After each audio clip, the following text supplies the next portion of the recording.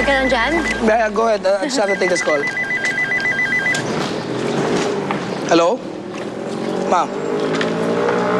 Binili ng Legacy ang ganda papaya? That's right, son. They fell into our trap. Wala silang kamalay-malay that we stage everything. Ha! Binili nila ang isang paluging kumpanya sa overpriced na halaga. Well, that sounds good. Sana naman ngayon natutuwa na kayo, Ma. Mga gusto niyo, nakukuha niyo na. Nakakaganti na kayo sa Alcantara. We dealt with everything so devastatingly. Sigurado kung hindi na makakabangon ang legacy pagkatapos ng palpak na business transaction na ito.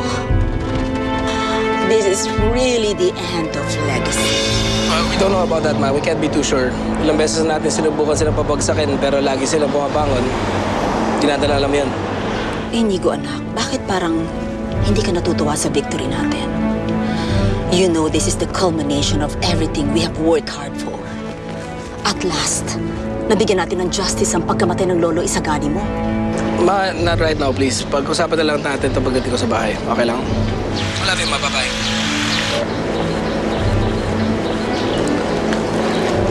Ready? I got it.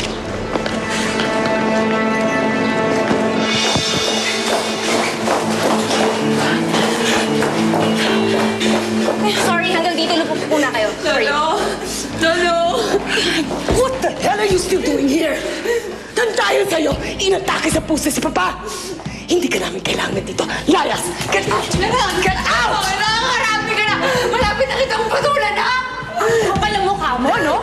Ikaw na ang may kasalanan, tapos ikaw pa matapang? I swear, pag binigyan kay Lord. Ano? Paparusahan niyo ako! Bakit? Bakit? Ginusto ko ba yun? Ginusto ko ba yung nangyari, ha? Kapag lahat ng ginawa mo, lahat dahil sa katanahan mo, lahat ng pinaghirapan ni Cesar at ni Papa, napunta lang sa wala. Ikaw lang pala ang salot na sisira sa legacy. Ikaw lang ang papatay sa legacy. Hindi ako salot! Hindi ako pumatay sa legacy! Get her out. I don't want to see your face ever. Hindi ka pwede makalapit-lapit kay Papa. Naiintindihan mo? Get her out of here. Lias! Lias! Lolo! Lias! Hindi! Get her out of here! No!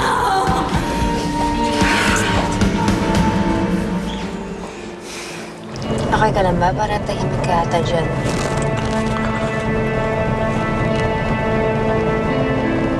Actually, may gusto sana ako sabihin sa'yo, eh. Teka lang, ha? Okay. Sige. Juliet? Ano? Saan? O sige, pupunta na ako dun. Problema. Si Juliet may napanood daw sa news. Si Lola daw inatake. Critical daw ang kondisyon. Kaya pakabilis na lang punta tayo sa ospital. Sandali. Sorry, anak. Kanina ka pa ba naghihintay? Kasi nag-MRT lang ako. Mahal mag-taxi. Pasensya ka na. Ano ba nangyari? Kwento mo nga sa akin. Ako, wala naman kasi kung maintindihan sa cellphone eh. Puro ngawa mo lang naririnig ko. Naloko ako eh. Kasi pag-aari pa lang nilala yung gandang papaya na yun. Inutulang pala niya si Gary para kumbinsihin ako. Nakumbinsihin si Lolo na bilhin yung kumpanya na yun.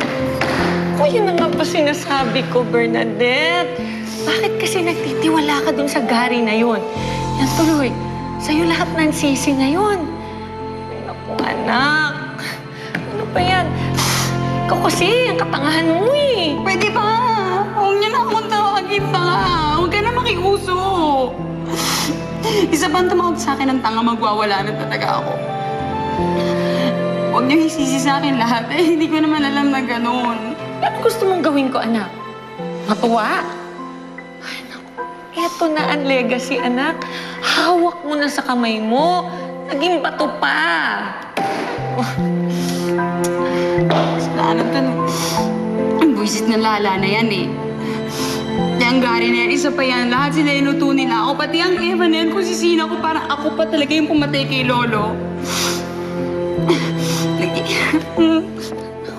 Umiyak, anak. Huwag ka na umiyak. Hindi mo naman kasalanan yan eh. Ang galit ako sa kanila lahat. Pati sa sarili ko kasi wala akong magawa para iligtas si Lolo. Wala akong pwedeng gawin. Wala.